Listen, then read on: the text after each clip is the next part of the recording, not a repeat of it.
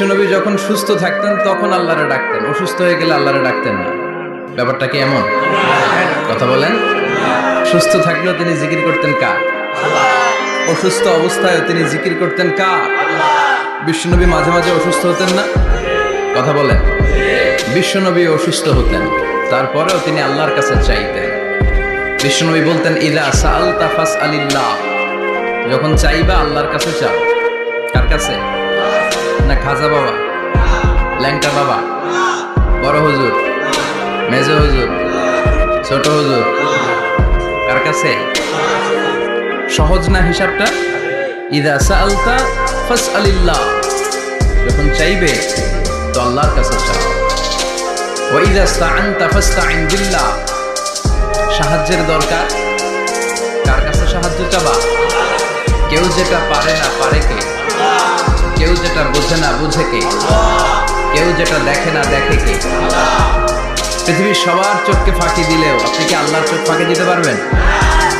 Allah is watching you, আল্লাহ সুবহানাহু ওয়া তাআলা ইজ অবজার্ভিং ইউ। আল্লাহ আপনারা দেখছেন। আপনি ঘরের ভেতরে দরজা বন্ধ করে রাত্রিবেলা সুইচ অফ, পর্দা টানিয়ে দিয়েছেন, লাইট অফ, সব বন্ধ, পাপ করেছেন, অন্যায় করেছেন, পৃথিবীর কোনো চোখ দেখে নাই, কাকপক্ষীও টের পায় নাই। টের পেয়ে থেকে ওনার চোখকে ফাঁকি দেওয়া যায়? পুলিশের চোখ ফাঁকি দেওয়া যায় কি যায় না? পুলিশ আসলেই জনগণের বন্ধু, ঠিক কিনা? আল্লাহ আমার পুলিশ ভাইদেরকে তুমি কবুল করো। তো এই পুলিশের চোখও কিন্তু ফাঁকি দেওয়া যায়, যায় না? র্যাবের চোখ ফাঁকি দেওয়া যায় না? বিডিআরের চোখ, পরীক্ষার হলে ম্যাজিস্ট্রেটের চোখ, ম্যাজিস্ট্রেট আছে না এদিকে? আছে তো ম্যাজিস্ট্রেটের চোখও কিন্তু ফাঁকি দেওয়া যায়। বিমানবন্দরে যাত্রীরা যখন নামে তখনই জিজ্ঞেস করে কোত্থেকে আসছে, গোল্ড আছে কিনা, বার আছে কিনা, এটা আছে কিনা, ওইটা আছে কিনা। এই যে বিমানবন্দরের কাস্টমস অফিসারের চোখ ফাঁকি দিয়ে অনেকে স্বর্ণ নিয়ে আসে, এরকম ডাকাইত আছে না? নাই। তার মানে বিমানবন্দরের কাস্টমস অফিসারের চোখও ফাঁকি দেওয়া যায় কি যায় না? তো পুলিশের চোখ ফাঁকি দেওয়া যায়, র্যাবের চোখ ফাঁকি দেওয়া যায়, বিমানবন্দরের কাস্টমস অফিসারের চোখ ফাঁকি দেওয়া যায়, কিন্তু আল্লাহর চোখ ফাঁকি দেওয়া যায়? চিল্লায় বলেন, ফাঁকি দেওয়া যাবে? এজন্য কেউ যেটা দেখে না দেখে কে? কেউ যেটা শোনে না শোনে কে? কেউ যেটা বুঝে না বুঝে কে? এজন্য চাইবেন কার কাছে? নাকি দয়াল বাবার কাছে? দয়াল বাবা রে দয়া করো আমারে। কি সুন্দর মিলাইছে, দয়াল বাবারে দয়া করো আমার। দয়াল বাবা আপনার কিচ্ছু করতে পারে। এটাই হচ্ছে খালেস তাওহীদের ধারণা।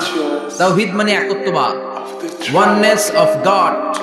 স্রষ্টা যে একজন, সবাই আমরা এক কেন্দ্রিক হব, শুধু ওনার কাছে চাবো, ওনার কাছে কাঁদবো, মনের জ্বালা যন্ত্রণা শুধু উনিই পূরণ করতে পারেন, ঠিক কিনা?